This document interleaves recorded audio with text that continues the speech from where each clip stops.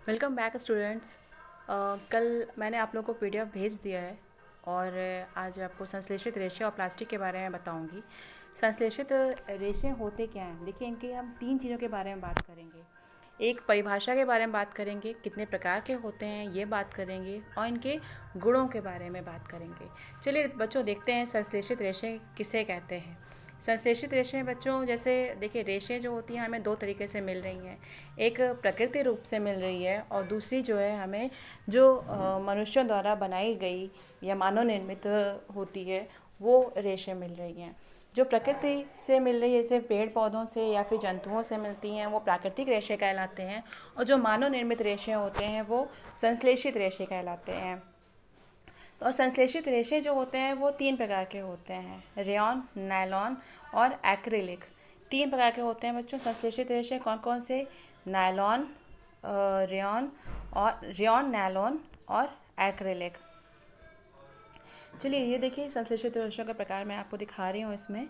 और ये रेशे जो होती हैं ये किससे बनाई जाती हैं? रेयॉन जो है वो किससे बनाई जाती है? आप इसको फोकस करिए, देखिए इसकी जो ये जैसे हम लोगों ने क्लास 7th में देखा था, पढ़ाया था मैंने आपको कि रेशम जो है हमें कहाँ से मिलता है? कीट से मिलता है, ठीक। और उसी तरीके से जैसे रेशम की सुंदर बुनावट हर व्यक्ति का मन मोह लेती है, उसी तरीके से उसको कृत्रिम रूप से बनाने का प्रयास किया गया। अब रेशम तो हमें कीट से मिल रहा है, नेचुरली मिल रहा है, लेकिन उसी रेशम को कृत्रिम रूप से बनाया गया। और वो किस प्रकार का रेशा कहलाया? रेयॉन कहलाया या कृत्रिम रेशम कहलाया। ये रेशम जो होता है वो किससे प्राप्त किया जाता है? प्राकृतिक स्रोत जो कास्ट होती है, लुगदी कास्ट, लकड़ियों की लुगदी से प्राप्त किया जाता है। या एक मानव निर्मित रेशा होता है, ये रेशम से सस्ता होता है और इसे रेशों के समान जैसे रेशम बुने जाते हैं, उसी तरीके से इस रेशे को बुना जाता है। और इसमें कई तरीके के रंग को भी मिलाया जाता है। और इससे क्या क्या चीज़ें बनाई जा सकती हैं? जैसे बिस्तर की चादरें बनती हैं, और अगर ऊन के साथ मिला दिया जाए तो कालीन या गलीचा बन जाता है। कपास के साथ मिलाएंगे तो बिस्तर की चादरें बनाते हैं, और ऊन के साथ मिलाते हैं तो क्या बनाते हैं? कालीन या गलीचा बनाते हैं। और बच्चों, नायलॉन जो होता है वो एक मानव निर्मित रेशा होता है। इसे हम कच्चे माल का उपयोग, मतलब 1931 में बिना किसी प्राकृतिक कच्चे माल का उपयोग किए बनाया गया था इसे। और इसका निर्माण किससे करते हैं? कोयले, जल और वायु से किया गया। अच्छा, नायलॉन जो होता है वो बहुत ही स्ट्रॉन्ग होता है और इलास्टिक भी होता है और हल्का होता है, यानी कि प्रबल होता है, प्रत्यास्थ होता है और हल्का होता है। और इसको धुलने में भी आसानी, क्योंकि ये हल्का होता है, धुलने में आसानी होती है और चमकीला होता है। अच्छा, क्या नायलॉन जो है रेशा वास्तव में इतना प्रबल है कि हम इससे नायलॉन पैराशूट और चट्टान पर चढ़ने के लिए रस्सी बना दें?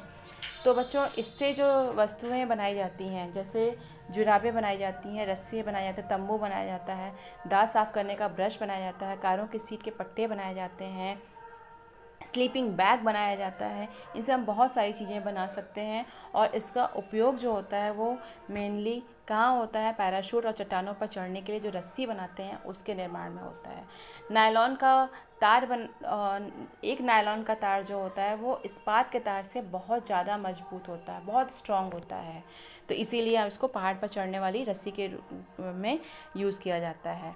चलिए, अब तीसरा हमारा जो था वो एक्रिलिक था या पॉलिस्टर था।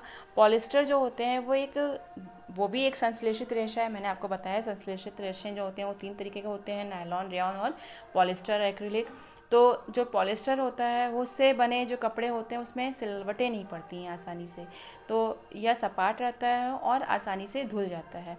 इसलिए जो इसके वस्त्र होते हैं वो वस्त्र सामग्री जो यूज़ किए जाते हैं वो बहुत ही आसानी से उपलब्ध हो जाते हैं। टेरिलीन एक लोकप्रिय पॉलिस्टर है। अगर पॉलिस्टर का एग्जाम्पल पूछा जाए तो आप क्या बताओगे? टेरिलीन।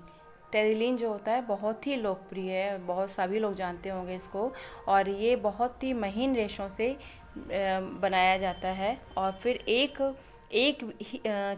किसी भी अन्य तंतु समान इसको बुना जा सकता है। आपने पेट का नाम सुना होगा। PET it means polyethylene terephthalate. PET, polyethylene terephthalate. यह भी एक बहुत ही लोकप्रिय पॉलिएस्टर है जिसका उपयोग हम बॉटल बनाने में, बर्तन बनाने में, तार बनाने में करते हैं। और फिर आप अपने चारों तरफ आप देखिए तो बहुत सारी चीज़ें आपको पॉलिएस्टर से बनी हुई दिखाई देंगी। जैसे हम सर्दियों में स्वेटर पहनते हैं और शॉल या कंबल का उपयोग करते हैं, तो उनमें से जो इनमें से बहुत से वास्तव में प्राकृतिक ऊन से बने नहीं होते हैं। ये ऊन के समान दिखाई देते हैं लेकिन ऊन के बने नहीं होते हैं। ये एक प्रकार के संश्लेषित रेशे होते हैं जिनको हम एक्रिलिक कहते हैं। जो प्राकृतिक स्रोत से ऊन बनाई जाती हैं वो बहुत महंगी होती हैं, लेकिन जो एक्रिलिक से बनाई जाती हैं वो सस्ती होती हैं और कई रंगों में मिल जाती हैं आसानी से। संश्लेषित रेशे जो होती हैं वो अधिक टिकाऊ होते हैं और हमारी रीच में होते हैं, इनको हम आसानी से खरीद सकते हैं और जिससे ये प्राकृतिक रेशों की अपेक्षा अधिक लोकप्रिय मानी जाती हैं। चलिए बच्चों, ये तो था आपके संश्लेषित रेशों के प्रकार और उनकी मैंने संश्लेषित रेशों के परिभाषा भी आपको बता दी। अब इनके गुणों के बारे में आप जान लीजिए कि संश्लेषित रेशों के गुण क्या होते हैं। बच्चों, ये जो संश्लेषित रेशे होते हैं, सबसे पहले तो ये शीघ्रता से सूख जाते हैं और अत्यधिक चलाऊ होते हैं, बहुत दिन तक चलते हैं और कम महंगे होते हैं, मतलब सस्ते होते हैं और आसानी से उपलब्ध हो जाते हैं और इनको रख रखाव में कोई भी कठिनाई नहीं होती है, सुविधाजनक होते हैं। तो बच्चों, ये तो थे संश्लेषित रेशों के बारे में। इनकी परिभाषा आपने जानी, प्रकार जाने और इनके गुणों के बारे में जाना। अब आपको प्लास्टिक के बारे में बताएंगे। प्लास्टिक हमारा जो रहेगा वो अगले सेशन में रहेगा, अगली क्लास में रहेगा। तो इतना आप अच्छे से पढ़िएगा, इनके बारे में जानिएगा और कोशिश करिएगा इसके नोट्स बनाने के भी, और बाद में क्वेश्चन आंसर भी कराया जाएगा आपको। चलिए बच्चों, पढ़ते रहिए और थैंक यू।